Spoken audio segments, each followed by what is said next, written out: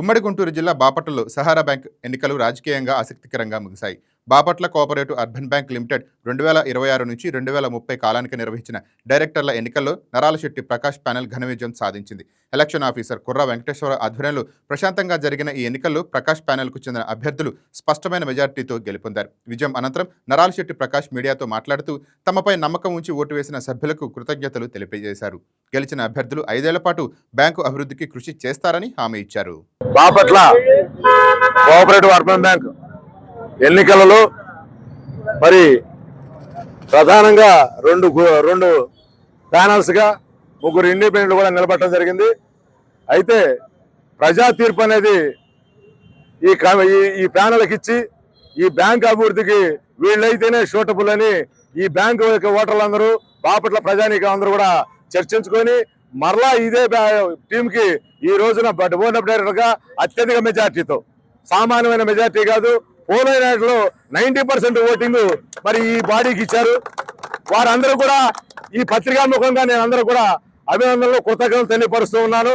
రాబోయే రోజుల్లో ఈ బ్యాంక్ అభివృద్ధిలో ప్రతి ఒక్కరూ పాల్గొని దీన్ని అభివృద్ధి పదంలో తీసుకెళ్తారని నేను సొంతంగా ఒక ప్యానల్ అనేది ఏర్పాటు చేసి ఈ యొక్క ఎన్నికల దాంట్లో ప్రధాన పాత్ర పోషించాను. నేను గత 25 సంవత్సరాలుగా ఈ బ్యాంకు డైరెక్టర్గా ఉన్నాను. 2 తడవలు వైస్ చైర్మన్ చేశాను. ఈ బ్యాంకు ఆనాడు ఎప్పుడు 1914లో ఈ బ్యాంకు స్థాపించినప్పుడు కొంతమంది పెద్దలు దీన్ని ఒక 536 రూపాయల ధనంతో 113 షేర్లతో ఈ బ్యాంకును స్థాపించారు. ఆ రోజున పిఎస్సిఎస్ కింద ఈ బ్యాంకు స్థాపించి ఆ రోజు నుంచి ఈ రోజుకి మరి ఇదే రోజు దాదాపుగా 24 కోట్ల రూపాయలతో ఈ బ్యాంకు కార్యకలాపాలు నడుస్తూ ఉన్నాయి. అలాగే ఈ మధ్యన రిటైర్డ్ అయ్యారు కొంతమంది. ఆ రిటైర్డ్ పీపుల్ కూడా త్వరలోనే ఈ బాడీ రిజర్వ్ బ్యాంక్ ఇన్ఫర్మేషన్ ఇచ్చి ఎంప్లాయ్మెంట్ ద్వారా వాళ్ళకి ఎంప్లాయ్మెంట్ కూడా తీసుకోవాలని కోరుకుంటున్నాను. ఈ సభ్యులందరూ కూడా దాన్ని కూడా నిర్వర్తిస్తారు.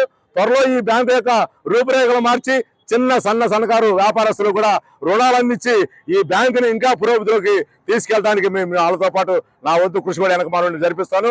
నాకు రిజర్వ్ బ్యాంకు 10 సంవత్సరాలు 3 సంవత్సరాలు ఆగమనంతో నేను ఈ ప్యానల్ ఏర్పాటు చేసి ఈ బ్యాంకు మళ్ళీ 10 కాలాల పాటు మరొక 100 సంవత్సరాలు ఇది దివ్యంగా నడవాలనే ఉద్దేశంతోనే ఈ ఏర్పాటు అంతా చేసింది.